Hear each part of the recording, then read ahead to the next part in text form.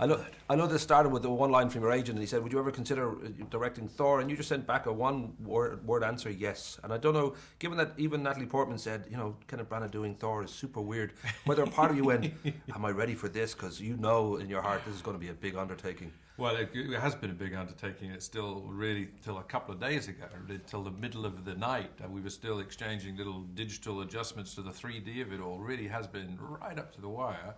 But I knew I wanted the fun of it, the surprise of it. I also, me saying yes, Paul, simply, yes, I will go on the list. Yeah. Yes, I will go through the dance of, talking with Marvel and everything. And it's a long way to get from there to getting the job.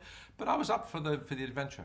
Well, it was in July 2008 when you started that little dance with Marvel, when they started to talk to you about, you spent about 3 months debating back and forth about your ideas and what they liked and what would work. And I don't know whether you could sort of say to yourself, well, this is that film that I spoke about, because the 2.5 years it takes to make, between the discussions and the shoot and the editing, it can morph into other things. Yeah, well, it's a good question, actually, and I found myself talking to Pat Doyle about it, my composer and friend, dear friend who wrote this musical score for this.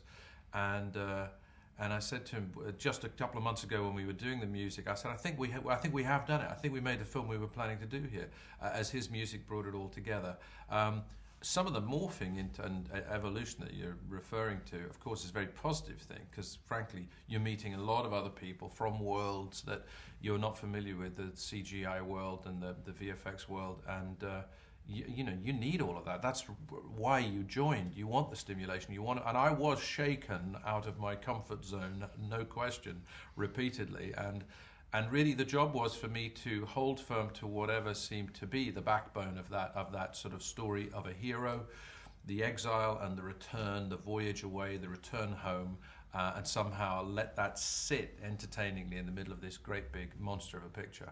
I know that your leading man, Chris Hemsworth, has sort of jokingly said it in a way, it's Henry V in space. I know he learned the speech from Henry V. And then you've said it's a familial drama with, people with great power. And I don't know, and all those sort of, Shakespearean themes, and you've got Arthurian and the sibling rivalry. There's so many layers to the story that ultimately you've always probably got to be aware that Joe and Joanna Sixpack have got to sit down and have a thrill ride and a love story and just be entertained and not be aware of any great sort of layers upon layers of reference to that very thing. I think actually a very reference is pertinent also to Shakespeare, where in his theatre, the plays were off, that they didn't work instantly with punters who are standing there going, I don't care whether it comes from a Greek myth or a Roman myth or the Holinshed or whatever he is. Is it entertaining? Are you making me laugh? Am I compelled by the drama? I don't want to think about it. I'm just going to experience it and feel it. I just need to be compelled, and I had to work at all times like that. So in a way, all the homework, anything that's of interest to us, as you say, all this layering, it's meaningless if it's too self-conscious.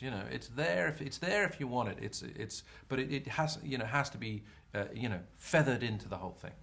When you think back to the beginnings and the great Henry V, your adaptation, you're a young man, you direct, you star, and immediately you were dubbed the next Olivier, which is a bit like being dubbed the next Elvis. It's going to be almost impossible to live up to. And here you are playing Olivier with Michelle Williams in My Week with Marilyn, coming up on BBC. And I don't know how you feel about that particular tag. I'm sure in a way it was very flattering, but also I'm sure it was a weight. The Olivier thing was something that a whole generation of actors were dubbed with, which was a mark of the dominance of this performer in the 20th century. I mean, there was when the word actor came up, the word Laurence Olivier came up, simple like that, as simple as that. And in a way, with the word movie star, and Marilyn Monroe comes up. That's what's interesting about the film My Week with Marilyn, is you put these two people together, actor versus movie star, method versus technical, so people said. And it was that really that made me, fancy doing it. The tag, flattering, but it was as a blessing and a curse for anybody who was dubbed that way. And that was almost any actor who ever played one of the parts that he played. So I was one of many who ran into that particular poison chalice. Very last thing, Belfast, small boy, little Williams with you, late 60s. You're in the sweet shop. You see the Thor comic. You were going to buy chocolate mousse. Empire tells me you didn't buy it. Total Film tells me you did buy it. What did you buy? You didn't buy the comic book, or you did buy the comic book? I did buy the comic book, didn't buy the chocolate mousse. Ah, okay. And I wish I could tell you that I've made that up. It's a real story. It's a true story. Coming back from Sunday school, we had seen, and with my brother, in fact, and chocolate mousse in a strange little kind of trifle-like plastic, but bird's eye chocolate mousse. Oh God, there's an advert for that I hadn't realised. Maybe they're still making it. I don't know. Product placement. I'm sure we can work in some. Yeah, would never be in a film like this. I bought the comic, didn't buy the mousse, but the mousse returned. I mean, I bought it again. Sometimes the comic hit the dust in the face of a sweet tooth. Rock and roll. Nice to talk to you, sir. Thanks a lot. Yeah, Thanks. cheers, Appreciate it. Thank you.